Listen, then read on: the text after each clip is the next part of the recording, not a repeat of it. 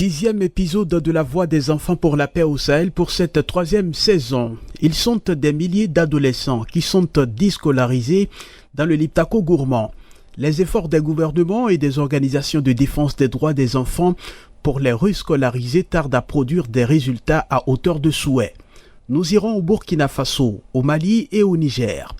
Et notez que cette production de la West Africa Democracy Radio vous parvient en partenariat avec Think Peace qui lutte pour la paix au Sahel et au Mali et le MAEJT, Mouvement africain des enfants et jeunes travailleurs.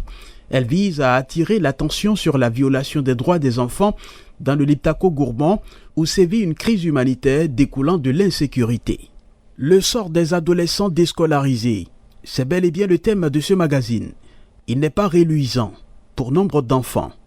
La crise sécuritaire ajoutée à une situation humanitaire préoccupante engendre des déplacements à l'intérieur ou d'un pays à un autre. La scolarisation des enfants devient alors un casse-tête pour les parents. Allons d'abord au Burkina Faso pour voir le sort de ces adolescents déscolarisés. Un sujet de Cheikh Ndiaye. Des adolescents déscolarisés se comptent par centaines au Burkina. Difficile d'avoir des chiffres exacts. En cette année 2025, il n'y a pas encore de données précises sur le nombre exact d'écoles fermées au Burkina Faso. Déjà, l'année dernière, en février, l'UNICEF a compté 5336 écoles fermées en raison du conflit. Plus de 820 000 élèves et 24 000 enseignants étaient alors affectés. En fin mars 2024, 1304 établissements fermés avaient réouvert selon l'UNICEF. Les parents d'enfants déplacés mènent, surtout en cette veille de rentrée, un combat acharné pour pouvoir retrouver de place dans les centres-villes qui les accueillent. Cet enfant s'est confié en nous expliquant qu'il veut à tout prix poursuivre ses études. Et jusqu'à présent, je n'ai pas pu m'intégrer au niveau des écoles là, parce que je n'ai pas les moyens. J'ai fait le premier trimestre là-bas. Et maintenant, les 2 trimestres là, je n'ai pas pu terminer parce que tous les professeurs là, ils sont partis. Voilà pourquoi je suis venu ici et manque de moyens, je n'ai pas pu aller à l'école. Dans les rangs des associations des parents d'élèves des villes d'accueil, les efforts pour insérer les adolescents venus nouvellement semblent insuffisants. Sincèrement, j'ai mes larmes qui coulent parce que l'enfant est victime. Il y a beaucoup des enfants déscolarisés. Ils ont abandonné parce que la situation est déplorable. Si on regarde par exemple la seule commune de Kaya qui a plus de 100 villages et qui se résume seulement aux 7 secteurs, c'est compliqué. Ce chef coutumier du Burkina joint sa voix à celle des parents d'élèves. Des écoles à 6 classes, et qui vont se trouver avec près de 3000 élèves, c'est plus possible.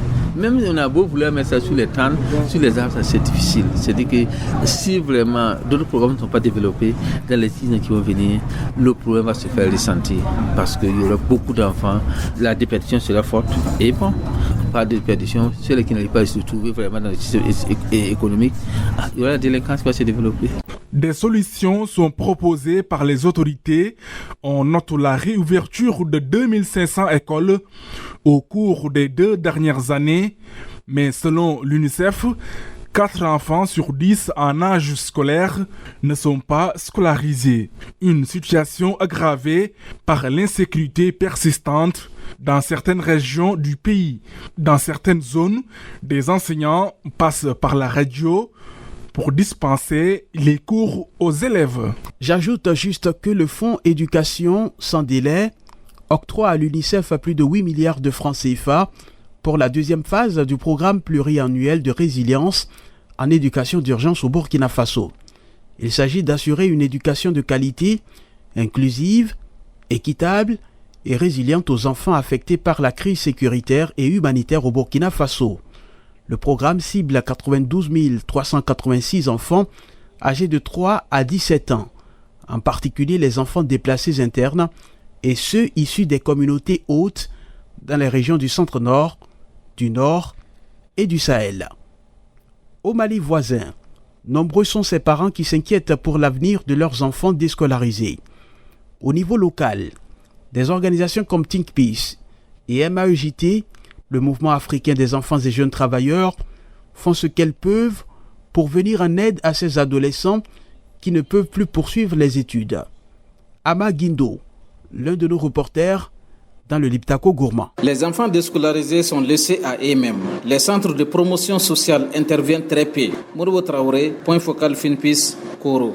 Les enfants déscolarisés dans notre localité se retrouvent souvent livrés à eux-mêmes, exposés à des risques tels que le travail précoce, l'enrôlement par des groupes armés ou encore le mariage forcé. Beaucoup de parents impuissants face à la situation essaient tant bien que mal à les occuper à des activités domestiques ou agricoles, mais cela ne garantit pas un avenir stable. Malheureusement, les autorités locales, bien qu'informées, manquent de moyens ou d'initiatives concrètes pour répondre efficacement à cette problématique. Face à cela, des structures comme les centres de promotion sociale interviennent, mais de manière très limitée même, oui. Et MAJT et FINPIS, à travers le projet Voix des enfants pour la paix dans les Sahel, organisent souvent des séances de sensibilisation et ils forment aussi des jeunes ambassadeurs et utilisent des outils comme les plateformes MEN pour recueillir des alertes sur les cas de vulnérabilité. Voilà. Et par ailleurs, il existe un certain élan de solidarité communautaire, notamment à travers des leaders locaux ou associations qui s'impliquent dans la réinsertion sociale de ces enfants. Mais ce soutien reste encore insuffisant et mérite d'être renforcé. Les enfants déscolarisés subviennent eux-mêmes à leurs propres besoins. Certains exercent des travaux très pénibles. FINPIS leur permet de s'informer et avoir des opportunités. Enfants membres de FINPIS nous déclarent. Dans notre communauté, de nombreux enfants déscolarisés sont obligés de faire des petites activités pour subvenir à leurs besoins quotidiens. Il faut de moyens, certains exercent des travaux très pénibles. Face à cette situation, des parents choisissent de les orienter vers des métiers manuels comme la mécanique, la couture, la maçonnerie, etc.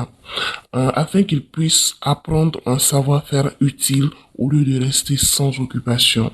Heureusement, il existe aussi des ONG qui interviennent pour leur venir en aide. Lors de nos activités avec l'organisation FINPIS, nous invitons ces enfants-là à participer. Cela les permet non seulement de s'informer, mais aussi d'avoir accès à des opportunités d'apprentissage ou de soutien. À vrai dire, je ne sais pas s'il y a un élan de solidarité communautaire à leur égard. Certains sont aidés pour le petit commerce, d'autres sont poussés vers l'exode rural. Amadou Guindo, parent d'enfants. Les enfants déscolarisés ici à Kouro font des petits commerces et d'autres partent dans les exodes ruraux. Les parents ne se soucient pas de leur avenir et ils ne visent seulement que leur intérêt. Ils les mettent dans des petits commerces pour gagner quelque chose.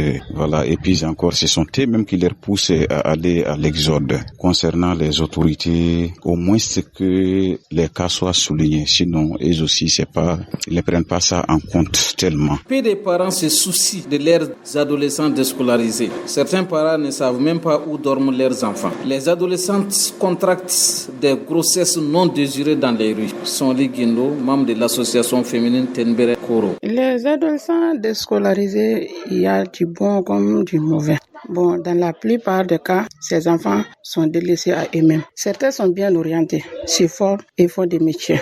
Mais d'autres sont des délinquants, des violeurs, des voleurs. Pareil pour les filles adolescentes qui contractent des grossesses non désirées, des maladies. Et puis des parents aujourd'hui pensent à leur avenir. Je ne pense pas que les autorités ont un plan pour ces cas. Les adolescents, ils sont nombreux dans la communauté. FINPIS, Web Sahel, MAEJT font beaucoup pour les droits et la réinsertion des enfants dans les Liptako gourmands. Récemment, Think Peace, une organisation qui lutte pour la paix au Sahel et au Mali, a organisé plusieurs forums à travers le Liptako gourmand autour du thème central jeunesse, innovation, dialogue et paix dans le Sahel. Les localités ciblées sont Koro au Mali, Dori au Burkina Faso et Ayoru au Niger.